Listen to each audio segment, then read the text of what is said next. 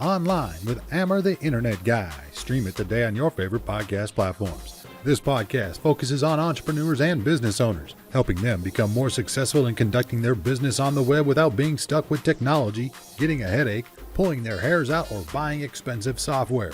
Welcome to a new episode of Online. Today, my guest has been building websites since the age of 9.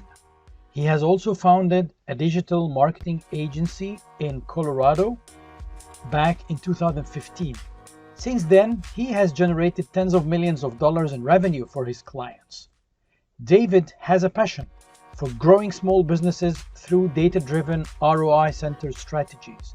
He defines success as doing what you want while making a positive impact on the lives of others. On this episode, he will be sharing with us his experience as well as tips and tricks to get extra performance out of your website. So without further ado, let's meet David Feinberg. Hey David, how's it going? Hey, it's going great. How's everything with you? Oh, good, thanks. So would you like to tell the audience who you are, where you're based, and what you do? Yeah, so my name is David Feinberg. I'm the founder of Peaks Digital Marketing. We specialize in web content, SEO, and web design and development. Today, we're going to share some tips and tricks and resources for you to help get more performance out of your site or get your hands on someone who can help you take your site to the next level. And of course, Amr, whatever you would like to direct us to, we're game. So we're going to bring some heat. Perfect. I like that. So the first thing, like when I was looking at your website, the first thing that caught my attention was the snow, of course. And that's why I was asking you earlier, oh, you're in Colorado, because I see Colorado and then I see snow and you can make the connection, but it's because it's peaks, right? And then I went on and played around a little bit, and you name your packages Everest and Peak and Everest. This is very cool. Thank you so much. Yeah, the summit branding.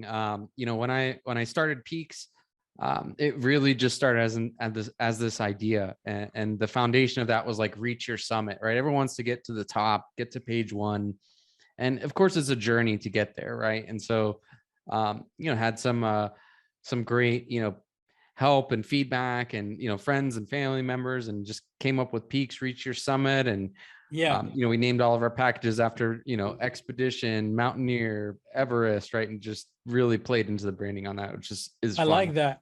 Thank you. You're saying everyone wants to be on the first page of Google. Does the first page of Google take everyone? It doesn't, right?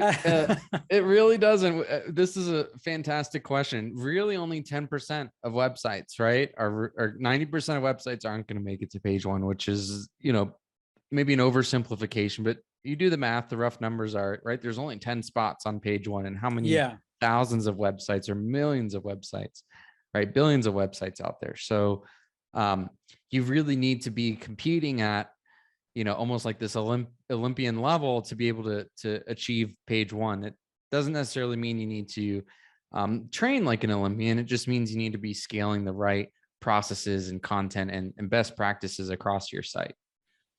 As a small business owner, that scares me a little, right? Because it means that I'm competing with the big guys with deeper pockets. So what can a small business do in order to compete without having to go broke? That's a great question. Everyone says niche down to scale up, right? Niching. So, when we look at someone's budget, whether they've got, tons of money that they want to put into their campaign, or for people that are just getting started or maybe haven't spent anything yet and are looking to dip their toe in, right? What are those best opportunities? And so it really starts with research, getting an audit, getting some kind of game plan of here's the keywords, whether you're in Denver or Kalamazoo or Florida, right? Miami, different, cities and states, you can actually see what the search traffic is for those states. And what I would do is focus on more long tail keywords, right? So if you're a physical therapist, in Idaho, you would put like physical therapist Idaho, right? Don't go for like just physical therapy. And that's a very basic one, but it starts really with the research of what are the low hanging fruit opportunities and what are the more aggressive opportunities. And of course, right, people with big pockets and nationwide brands, they're going to go after the bigger ones. But where you want to start is get the snowball rolling, right? And so start ranking well for certain, certain terms that are less competitive in your local niche, and then expand. And as you gain more backlinks and brand mentions and improve your content, improve the speed of your site. And there's about 7 different SEO areas, which we can dive into before the end of the podcast. But basically you want to, just start to go for the ones that are most relevant and be highly relevant for those searches. And then from there, you can always expand out. Once your site has a little more affinity, has some history behind it, right? Then there's time to go for the bigger terms. And truly, keeping your focus niche down will allow you to gain some results without breaking the bank. For someone who's like kind of starting out, or maybe, I don't want to say the word new, but like, again, it's a small business and maybe the website itself is new, is like 2-3 years old at most. Some of them are even brand new websites, because many business owners now, they branch out and they have different business streams. One of my colleagues is a CPA, but she also does coaching. So these are two separate websites. So the coaching website is brand new. Yes. What would you advise someone with a new website? Like, what's their starting point? Because what I noticed as well is that it's very hard for them to come up with content. And as we always say, content is king. But I find many business owners are either scared to write, or I don't know, for some reason they don't want to write. And I keep telling them, okay, if you don't want to write, as in sitting down to type, dictate your phone and then do like speech to text. Your phone can do that, and then just beautify it, like go and edit it here, here, and here. And then once you've done that, at least you've got like kind of the framework of your content. You can then give it to an editor or whatever you want to do, like if you need help. But many people, like I feel that many people think that they need help in terms of somebody to write for them. But the problem with that is, in my opinion, is 2 things. A, it's going to be expensive if you're a new business or a startup. B, nobody knows your business like you. So, in order to kind of, I don't know, sit with a professional who's going to write for you, you got to kind of indoctrinate them into your bit. Like they have to kind of live with you on like for a day. You know what I mean? Like Absolutely shadow you or something in order to understand what's your world like, so that they can write for you, and you'd pay for that. So it's not I always say, just get something out and then you can get some SEO help, but at least write something. But I don't know, you probably have like many more points that, are important for somebody who's starting up. Definitely. Yeah. A couple important points. So I think you're, when you're looking to make a website, it's a great time to think about content, right? So the content and the visual imagery of the website should coincide and complement each other, right? So whether they're reading or they're scanning or they're looking at the pictures, they basically have this uniformity in the language that's being spoken to them, whether it's the text or the imagery or the headings, right? And so typically, if you're going to go the paid route, we'll just kind of get that, instantly out of the way. It's important to work with someone or a firm like, that's going to onboard properly and create almost like a messaging guide and be able to take in a shorter time period, your tone, messaging values, differentiators, right? All of these different kind of pain points and messaging, and put it all together in a concise package and be able to basically draw from inspiration from this messaging guide. So that's one area that is going to cost more, right? So typically, if you're doing a website, see if the firm will help you with the content, make sure that they do some sort of content interview and there's some expectations set here. Anytime that our team is looking to create content, we sit down, we really get a understanding of the value props, what the owner's like, what the experience is like. We go visit that business, right? We take photos. So it is a very in-depth process for people that, that might be a little bit overkill if you're just starting out and maybe you're, not looking to get a custom site developed and you're looking for some actionable tips and tricks right now to help you better, to encourage better SEO and get better results out of your content. So think about the 5 questions. So you really, what you're doing, and Amr, you bring a great point about the sales process, right? And really following you. No one's gonna be able to sell it like you. Yeah. And so what we want to do here is digital, you're basically transcribing the in-person sales process. So I love your point about having your voice transcription on and just record yourself on the phone with the client.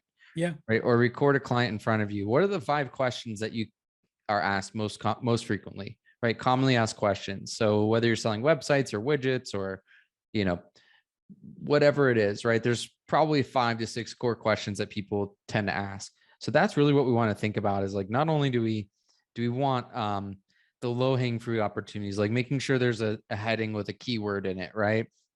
So if you're a Tulsa, Oklahoma dog groomer, right? Putting in at the top of the page, dog grooming in Tulsa, right? Would be another tip, right? Making sure that your above the fold content has some keywords. It's got, it's qualifying the user. So if the user clicks, right, they're then rewarded with, this experience of you're going to add value. They've hit the right page. So you have the keyword at the top of the page. You have a little intro statement about, hey, we're, dog grooming service. We offer the best rates, or, hey, we offer the most comprehensive service, right? Putting some of those differentiators and pain points, why you're different. Maybe you're not different. And the only thing is different is really the culture or the experience that they're going to get, and the products, comparable to everyone else. There's all these different angles. But think about those 5, core questions that people are going to ask. Like you're just digitizing what you're already doing, or your sales team is already doing. Yes. Yeah. And transcribe that, right? I think is really awesome to talk about. Just getting it down on paper. Doesn't have to be perfect. You can clean it up. You can spruce it up, and then you're bringing something to a content team, which, really makes the turnaround time a lot faster and makes it more seamless when you have a bulleted list, or even, just some of the tone and language that you're using that people can draw inspiration from as they're helping build it out. So there are a couple of things that you'd mentioned, one now and one a little bit earlier, that I want to demystify a little bit for our listeners. The first one, when you said above the fold, so I think many people don't know what that means, which is what you see without scrolling. So guys, when you hear the word above the fold, it means when you land on a website, on the homepage of a website for the first time, is exactly what you see without having to scroll down or click or do any action. That's above the fold. And that's, many people call it the prime real estate area, because that's your few seconds to grab the visitor's attention. And sadly, many people get it wrong. Like, I don't 100%. care. I don't care about the word from your CEO or whatever. Like, I don't really care. I come to this website, I'm looking for info. If I don't find the info, I'm leaving. So, it's not about how beautiful your website is when it talks, what it's saying to me. And that's the important part above the fold. It doesn't have to be complicated, but it has to. I always tell people, okay, if you have an old website, because usually people come to me to redesign and redevelop an old website that has, come to the end of its life.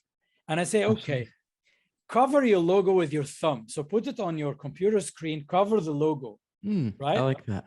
Now, bring somebody else, like, a colleague or a friend or someone from your family, and just without them seeing the address, like the URL or the logo, and ask them, what does this page mean to them? Like, if they know what it is, if it speaks to them, if it tells them what's your business, like what you do, if they get to know what you do, then at least that part above the fold is a success, right? We don't need to change the messaging. We would probably change the design, the look and feel, but the messaging stays there.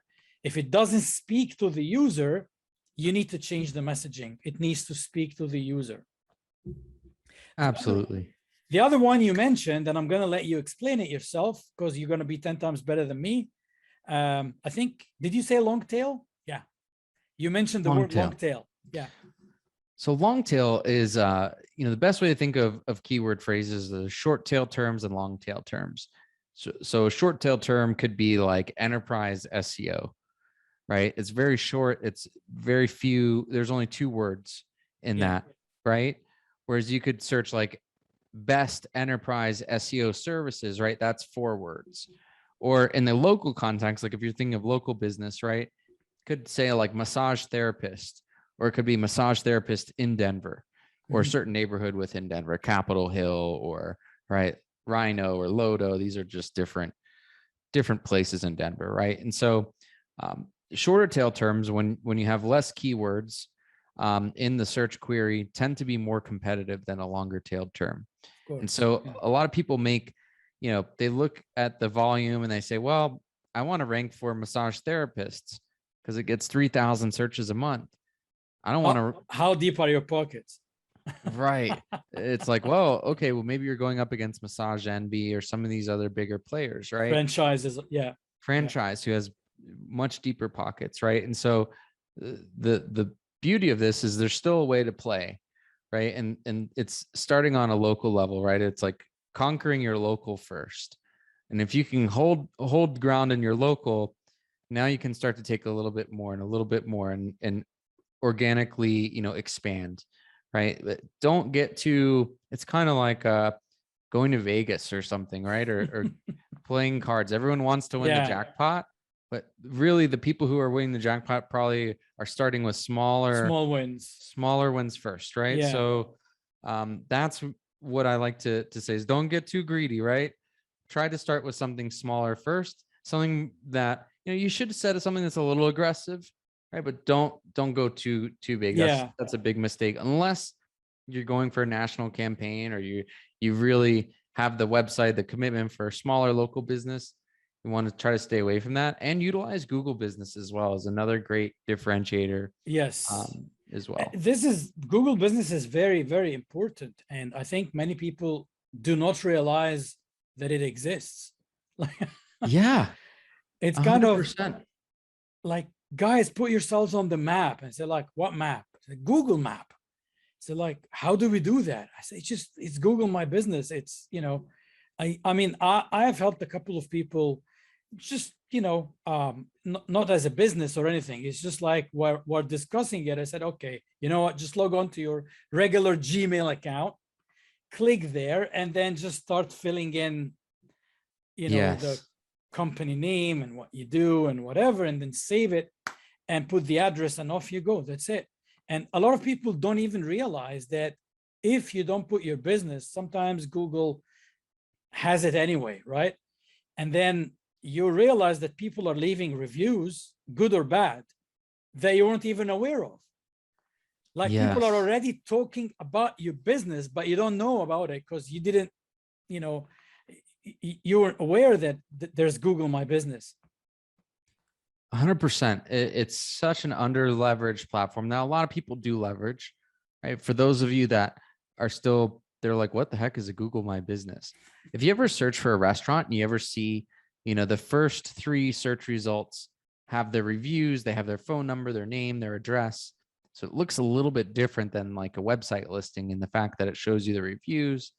So to your point, it's super, I'd say it's non-negotiable at this stage. If you're a local business with a brick and mortar store, or even a service-based business, you can still have Google Business. It's great for getting more reviews. It's great for uploading photos and just being active and showing your community, what's going on. And is also another lead generation in addition to your website. They kind of go hand in hand. So your Google Business and your website are kind of intertwined, if you want to think of it like that. Like what's on your website is what's going to help you rank on Google Business. So if you don't have landing pages for each of your services, you're going to have a much harder time with your Google Business to rank. You can still rank on it with Google Business. Was a good idea to start thinking about what are the core products and services? Do we have enough content? You can also go into Google Business as like a extra tip and create content. I know our business owners, we don't like to go and create our content, but you can have someone create content or optimize your Google business listing with content. And if it's SEO optimized content, you just start to really, Yes. Google, they kinda love their take own off, right? properties. Yeah. Yeah. So, So there's YouTube, Google My opportunity. Business, anything, like, it's not just keywords on your website, but anything on any Google network will help you. 100%. And the goal is to make it not like SEO should be the icing on top of the cake, right? It starts with great content, and then you can put a couple keywords in. You can, Yes. right? Don't go crazy trying to put every keyword in there, because it's really not how it works anymore. It has Right? to be natural. Yeah. Natural, yeah. So yeah, I would highly encourage you guys to check out Google Business if you haven't already. If you're not, going in and making sure that you're responding to reviews, and uploading photos, and having opportunities to put some original content on there, things like that. It's a huge value add. So here's a and will good help you. question. Mhm. If I'm blogging on my website, for example, I do have a plugin that when I write a blog post, it can automatically post it to Google My Business, and I let it do that so that it's just like it ends up in two places. But am I harming myself by having the same content in two places? I'm a big proponent of go original as much as you can, right? It's good to maybe put a call to action, on the blog, or you could say, hey, read our newest blog post. Yeah, Link that's what I here. do. Like, I have like a little paragraph just to, make it sound like build anticipation, like, oh, I want to know more. And then I have a learn more, you click, you come to read the article on the website. I think Google It's Business kind of is like a summary sort of thing. okay, cool. Yeah, I would say, kudos for that. I would say you want to do original content, want to write original content where possible. Now, Google Okay. Business is a little more forgiving than, like, let's say you had a bunch of Yeah. duplicate content on your Yeah. website. That's really going to impact you. So I think of a citation. Google Business is technically a citation. Okay, so that's not bad. It will take them to your website. Not terrible. You will get extra boost, if extra brownie points, I should say, if you want to create original content. Like, you put the blog, but maybe you have an original intro paragraph. Maybe you're already doing that, Okay, right? so the text okay, so the text that goes in the intro is not actually written on the post itself. Exactly. So there is absolutely no duplication. Exactly. It's just Okay. another opportunity. Shouldn't make or break okay. you, if you don't want to do that, but if you want to go extra, that's It's what just I would so say. hard to keep creating content. There's so much, there's always people willing to help. We're willing to help, but Yeah. I get it, man. It's I mean, hard. it's a step-by-step process. So the first thing is you got to create some content for your website first. And then the next step, you think, what other networks do I want to be on? And okay, here's another one. Website versus social media. Which one is more important? I mean, for me, website, I have my favorite. Yeah, you would agree with me, right? Website and social media are two, you want it to be omni-channel, right? So regardless of whether they visit your social media, your website, or right, your email newsletter, or right, press release, you want it to all sound, look, and feel consistent. So it's familiar, whether they visit your social media and then visit your website, or vice versa, right? Some people are going to visit your social media and then visit the website. Other people are going to visit the website and then visit the social media.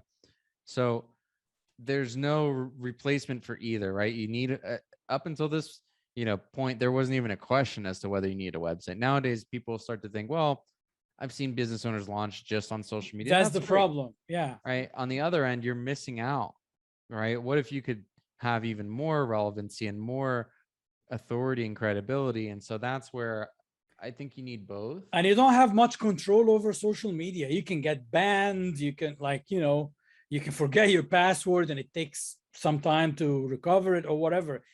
I don't want to say 100%. The word hack, because I'm not trying to scare people, but many people who have been playing some of the games that appear on some of the networks, like, I don't know, the game that asks you, oh, which color is your favorite color or whatever. And they're just like, it's kind of a social engineering.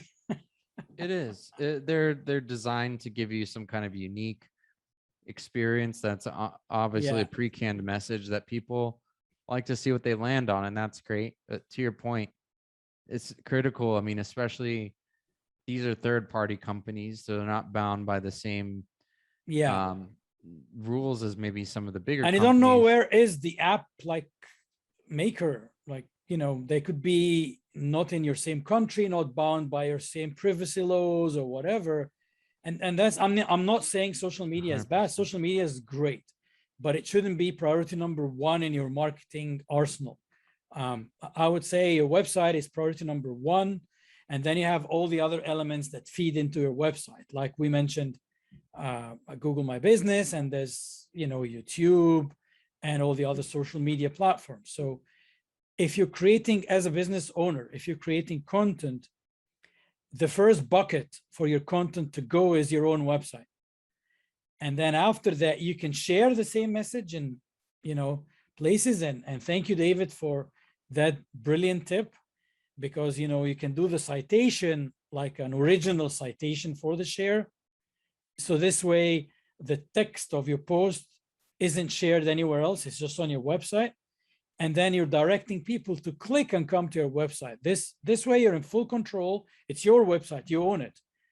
And you can measure everything through Google Analytics. So it will even tell you where people are coming from. What did they click in order to arrive here?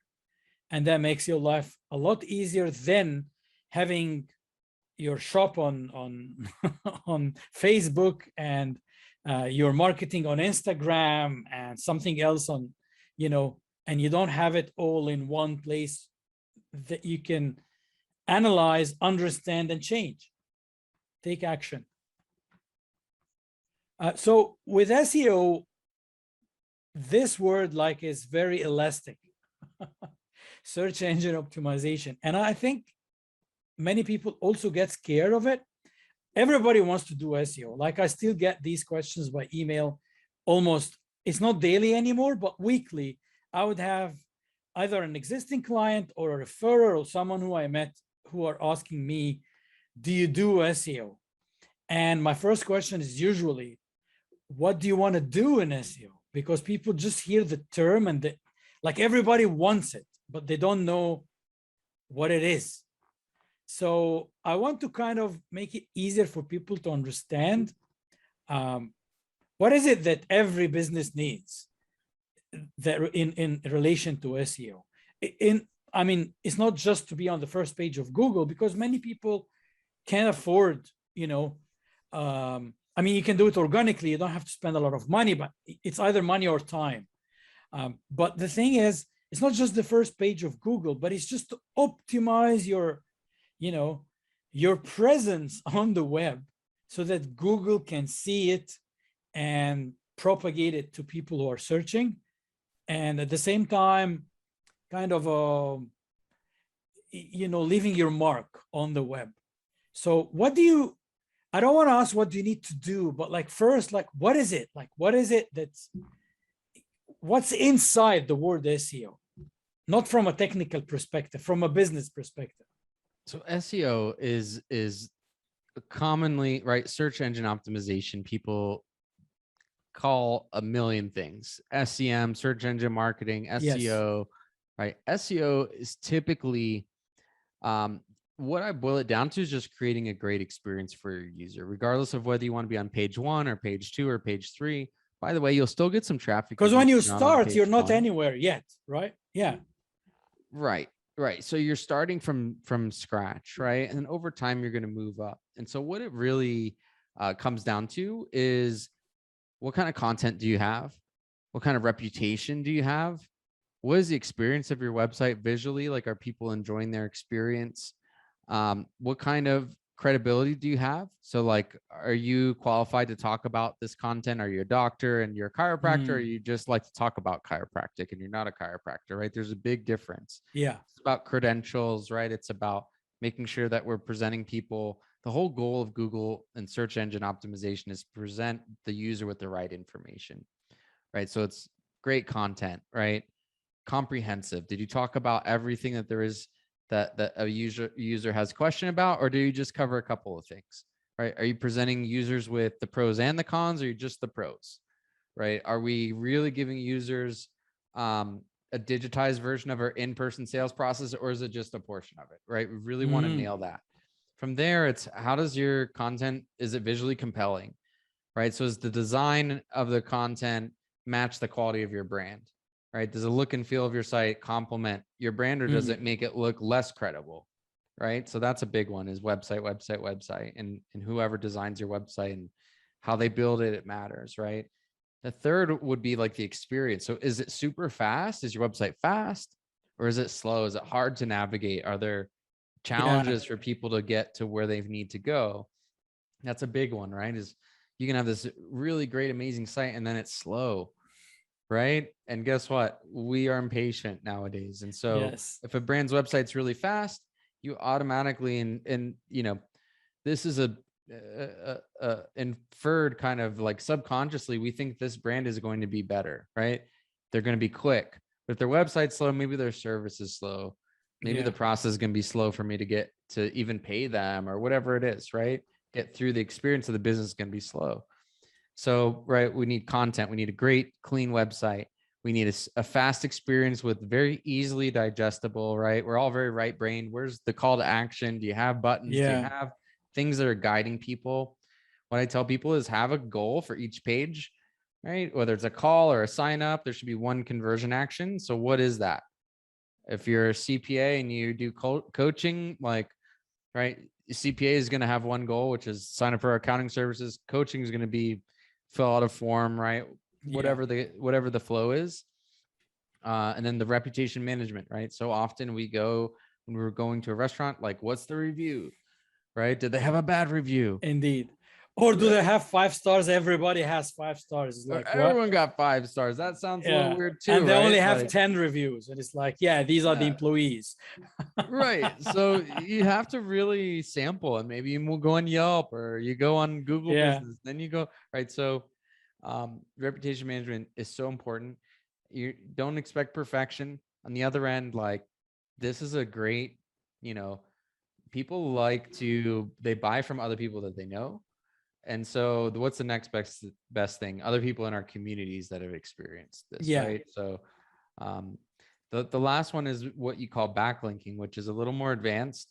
It's basically a vouch from one site to another. So let's say you're out in your Home Depot and you bump into someone, you say, who's the best plumber in Dallas? You know, let's say we're in Dallas, and they're like, oh, you got to check out Bob's Plumbing. You're like, cool. You bump into someone else at the checkout. You said, hey, you know, Bob over here told me, Bob's Plumbing is the best. But you got any good plumbers? And they're like, oh, you got to check out Bob's. So you're like, wow, 2 people just everybody's saying that. Yeah. Right. So it's kind of like, that's how backlinks work, right? They're vouches, they're links from one site to the other. So if we have vouches from credible people in your niche or within your community, linking back to your site, saying like, hey, go check out, Bob's Plumbing or whatever, insert your business name there. That can take longer. It's outreach, it's adding value to other communities, right? Even podcasting, there's some backlinking that happens. So there's different ways to do backlinking, right? The most important thing is get all the free links you can, right? Google Business is a backlink. Your Facebook page is a backlink. Social media is backlink. These are free. Anyone can make these, right? So if you focus on these things, right? Content, reputation, how's your site? How's your site designed? Does it need updates? Does it have all the right content? Is it fast, right? Is it secure? Is it secure? Is a huge do you have an SSL certificate, or does Google Chrome say, hey, there's a risk to visiting this website? Absolutely. Are you scaring people off because your site has cobwebs on it and you forgot something? That's where guys like are gonna take your SEO to the next level. Just having some of these things in place allow you to even compete. Without SSL, you can't even compete anymore. So yeah, exactly. I mean, it's a given, because I don't get it why many people still don't have SSL. I would say in most cases, the business owner doesn't know. It would be the web girl or the web guy who, did not advise them, or maybe they did and they realized that there's an extra cost that they didn't want to pay at the time. but it's costing you business now. Like if you leave it, most reputable hosting companies would give you free SSL certificates. If you're still with one of these companies and you don't want to move, these companies who are still selling SSL for, I don't know, $50 or $100 a year, and you don't want to move your hosting, and I don't know why you want to stick with them, but if you still do, pay and get it. Like it's, you know, without it, people are going to be scared. Just in the beginning, like, you know, maybe early 2000s, SSL certificates used to be only for e-commerce. So where you are required to put any details, it had to be secured. But nowadays it became the standard of a website. And I don't know, many people would have seen that already. When you open it in Google or you know, Microsoft browsers, you'll have like a red notice that says, go at your own risk. And it's like the website is clean. Like we know it's clean. Like, you know, it's a client's website, but you know, you don't want to scare people away like that just because you didn't want to spend some money on the SSL certificate. So it's very important. And as David is saying, it also affects your SEO. You're scaring 100%. people and you're scaring Google. We're all scared, and we don't want to see a warning, right? Yeah. And neither would any of you guys. So, you know, encourage you, like there's a certain cost you got to pay to play. On the reverse end, you're going to recoup that back as people visit and have positive Exactly. and it's an investment, and it's something where if you're not playing here, it's not too late. But you want, you know, I would just say, and it's important to get going. So whether it's SSL or web updates or right, making sure that your site is, you know, has a good call to action and everything is clean, you know, having good webmaster is a 100% great place to start. You know, Amr has, you know, multiple skill sets. You need to find someone like him that can really help you manage the website, keep it up to date, make sure that people aren't being scared away by any warnings. Also make sure that, you know, things like your Google business, like there's so many different areas where to start, right? And so you almost need someone like him, or if you're really, you know, looking to hire that SEO firm, great, you can hire an SEO firm as well. Either way, you need someone with some eyeballs on this to make sure that, you know, things are in order, and your customers' reputation, you know, perception of your reputation and of your brand is positive. One of the questions that I always get, and it was one of my experiences as well, very recently, I started doing ads. Like in the beginning, I didn't want to do that. I didn't have money to spend on ads, but we've had a government grant, and luckily, you know, they would cover a portion of what you spend on ads. But the only trick is you have to use a local company within your province. You can't use even another company in Canada or anywhere in the United States. So I ended up using an agency. It wasn't the first agency, but in the process, when I spoke to 3 or 4 different agencies, man, that experience wasn't positive at all. Like, I don't know, like the people were not so convincing about how they'll help my business. And I barely could get the information about the return on investment. Like the biggest problem is that many people who work for agencies, how they pitch things to you makes it look like all what they care about is your retainer. And it was really, really hard. Like I chose one agency. We just started, so I can't really tell what's the ROI yet. I got to give them up to 3 months, you know, for everything to pick up.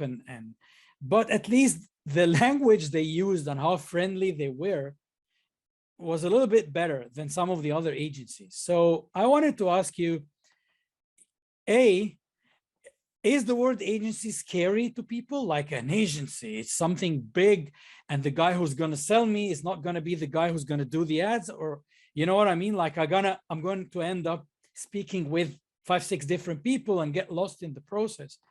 B, are really like, you know, why would agencies have a bad reputation? Do they have a bad reputation? So, agency, they can be a savior, or they can be someone that is Drive you on out the of opposite business. spend, right? Yeah, opposite end of the spectrum. And so there's a lot of snake oil salesmen when it comes to agencies. And you're right. Sometimes you'll talk to someone who is a salesperson who doesn't actually know the product, or doesn't do the research. So the team doesn't present that salesperson with the correct research ahead of time. And so there's good and bad, right? For every 10 bad agencies, there's a couple good ones, right? And vice versa. And so it's important to really establish kind of like that foundation of trust with them. And it's something that's going to happen over the course of, as you said, some time, right? Very few campaigns are like wave a magic wand and you're just swimming in leads, right? On the reverse end, you should be able to see data and conversion metrics around these events. And so if they're running paid ads to a form, they're running paid ads to a phone number, right? You should be able to see who's opting in, what were the keywords that are most successful, and over time be able to start to trim some of the fat away from, the initial test mode, which there is a test mode, right? Whether it's course. SEO or Yeah. AdWords. On the reverse end, you really need to have the trust that like they have experience and they're going to be able to take that budget and do something with it. Anyone can really set up an AdWords campaign, right? Yeah, Takes you can set it experience. up for yourself, but it's not going to be that successful. You need the experts to actually target it right and to, optimize it for you. Otherwise, many people can just go on and, I'm running my own Facebook ads now and I'm unhappy with the results. I'm not Right. spending much, but I'm still spending some money and I want to see an ROI. So Exactly. And it's kind of like, yeah, it's you should be seeing some measurement of ROI early on, right? And so that's where it's like kind of like hiring an employee, right? You can hire a good one, you can hire a bad one, you can hire one that's okay, right? Sometimes you just, right, it feels like gambling. That's the crazy part, is to a lot of people it feels like gambling. So like what Peaks does is we're a little bit higher end of a service, right? You're getting 2 or 3 team members, but we're month to month. And so the proof's in the pudding, right? If you're not, for whatever reason, God forbid, knock on wood, you didn't get the result, right? You're not locked in, where a lot of places will lock you into a monthly they contract. tell you can't cancel within 2 months or 3 months or a year or whatever. Exactly. And it's so frustrating it's kind of like buying a house. Like you don't get to really live in it for a day. You just, right, you sign up. And so I would encourage you to so this is a great tip, actually. If you're researching agencies, you guys, like, you can, one of the things you look at, is there a lock-in contract or are they month to month? Because obviously you don't want to be locked in. I mean, if you're locked in with the right agency, kudos, but if you're locked in with the wrong agency, you're locked in. So yeah, what are, like, let's end with this. What are the tips for how to select the right partner to work with? Okay, tips are they should be presenting you with some kind of data up front, so that they don't have to do a whole deep dive, right? But show a little goodwill. That goes a long way. If someone says, "Hey, how much is your budget?" That's the first thing out of their mouth. Maybe that's the first thing out of 99.9%. Right? How much are you willing to spend? I was like, spend on what? You haven't even told me what you do yet. Like, yeah, I think there's some qualification, right? Just like any business. On the reverse end, a lot of people, it's straight to, well, we started this. Cool. Great. Right. But you want to get a feel for what kind of client range.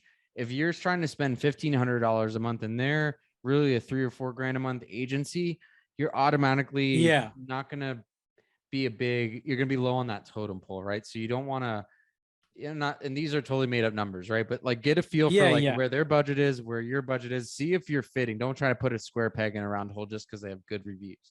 On the reverse end, don't go too small. Like someone who's $500 a month might be good, but they might not be as good as someone who's $750 or $1,000, right? And so it's all about how much value, because you could spend $3 grand on something over 3 months, and if you didn't get any leads, right, didn't really matter. But if you spent $4 grand and you got 10 leads, now that's a much different story. And so just get a feel for what their commitments are like, what kind of clients they work with.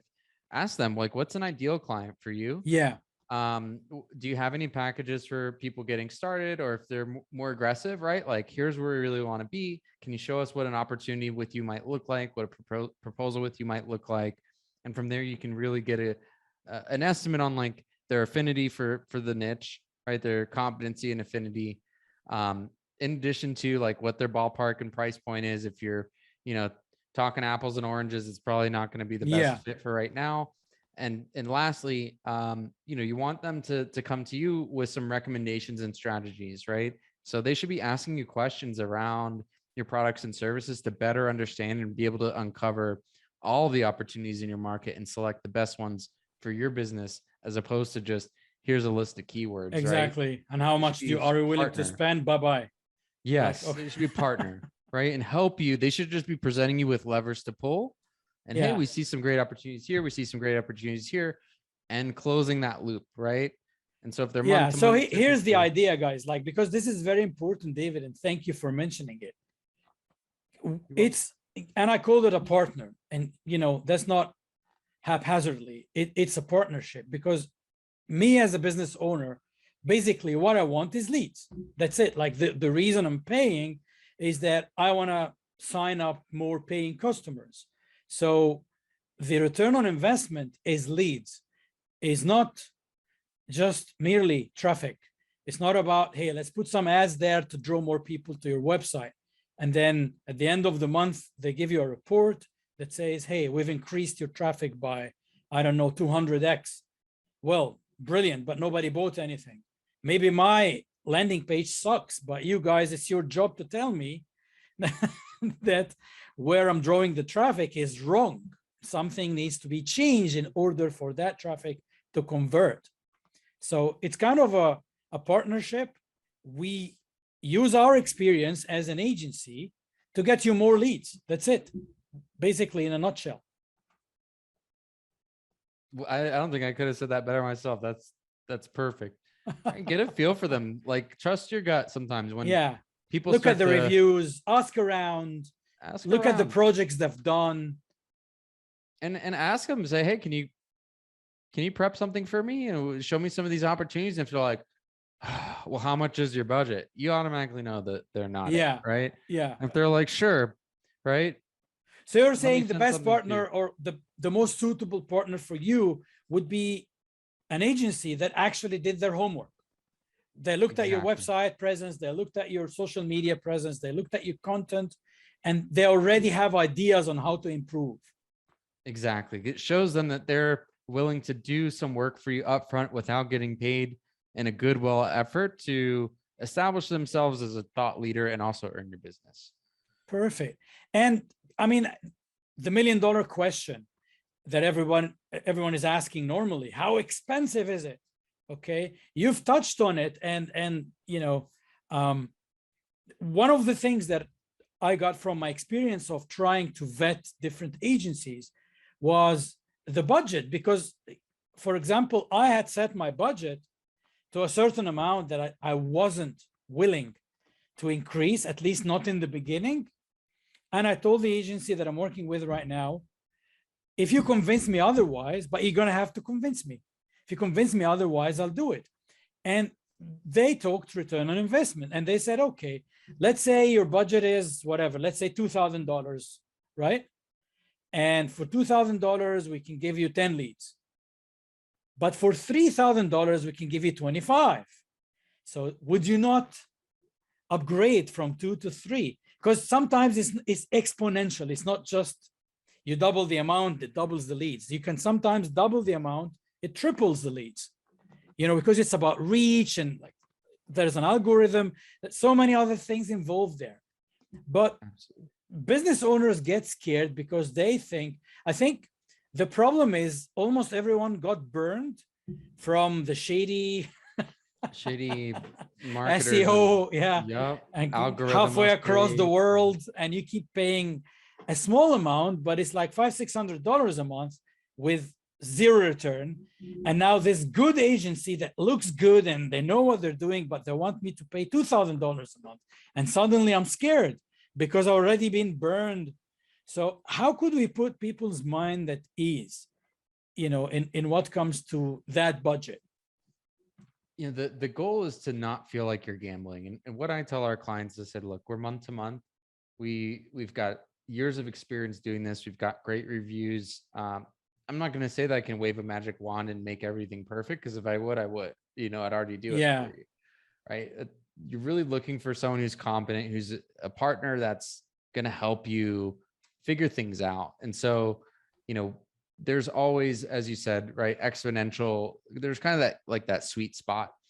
And so, if it's month to month, there's no risk. It takes a little bit, right? You got to pay to play. On the reverse end, you should be able to see within a relatively short amount of time if that goodwill is being returned on in the form of leads, and right, the primary metrics of success, which are calls and phone submissions, and right, making sure that your sales team, or if it's you, right, making sure that you're closing those leads and they're the right type of leads. But more or less, right, like within that first initial period, you should start to see some results. You should start to see some things moving. It might not be in the first week. It might take a month. It might take a month and a half. If you're getting into month 3 or 4 and nothing's happened, it's kind of like a hold up, right? Pump the brakes. Let's slow it down. Maybe we're not working with the right partner, or maybe they're not getting the right feedback. They should have some numbers to come to you with, of like, here's how many calls we got this month. Here's how many clicks to your form, right? Here's some of the clients. You can even track offline conversions. There's a lot of really cool stuff you can do. So the data it's there. It's making sure you can work with an agency that's bound by that data, right? And holds themselves accountable to the data. Not saying that the data is always right, but that's the process, right? And a lot of agencies that don't have those processes, very difficult to like quantify what's working and what's not. And so that's where you get into trouble where, hey, I was paying, this company overseas and they ran my AdWords, or I was paying this local guy or gal and they ran my AdWords. I really didn't I really don't know if I got any leads. Yeah. So that they lose faith in AdWords itself. Not and it should be the partner and plug in a better partner. And so there's lots to unpack there. I'd say, see if they have any use cases, see if they have some experience, if they're using data, if they're setting up conversion tracking, right? If they've had some success in this industry or niche before, and making sure that they're held accountable every month. Just because you don't know doesn't mean, like, what you should know is what they call CPA, cost per acquisition, right? Yes. How much does it cost to make the phone ring? And if you can talk that language, you can talk AdWords and SEO. And so don't feel intimidated if you should and know. Shark Tank. And Shark Tank, yes. If you know your cost per acquisition, you can be on Shark Tank. Yeah. That's right. In short, if you're spending $2,000 on marketing and you got 2 calls. Yeah. And you got to know also what's the lead worth to you, because if you convert, like, for example, an average website is about $2,000, right? So a lead is worth $2,000. So if you're spending $2,000 to get 1 lead, you're breaking even. It's not wrong, but you're not making money, right? But the idea is, if you're spending $2,000 to get 10 leads of $2,000 each, your ROI is tenfold. So, you're not going to close every lead that comes your way. So you probably close 2 or 3 of them. So this leaves you with $6,000 worth of business for $2,000 advertising. It's 3x. So that's what we're talking about. Yeah, well said. That's perfect. Perfect. Mr. Finberg, any parting words? I really appreciate the opportunity to be on the show, and love the questions. I hope this added a bunch of value to everyone listening. If you'd like to check us out, we're Peaks, PEAKS, digitalmarketing.com, or you can find me on Instagram, David A. Finberg, to get some SEO tips and news and trends, things like that. Amr, thanks again. I really enjoyed this conversation, and it was a pleasure being on. Thank you, David. And for you guys, all the links I'm going to post at the notes when this episode goes live. Thank you. Everyone, before you go, thanks for listening. And if you need to check your website's performance, head to our website, www.humantalents.ca, and you can get the complimentary website review. So that's humantalents.ca, and right over there you find a button to book your complimentary review. It's a no strings attached review, and you get a video of your website being reviewed with actionable items that you can do on your own. Thank you, and see you in the next episode.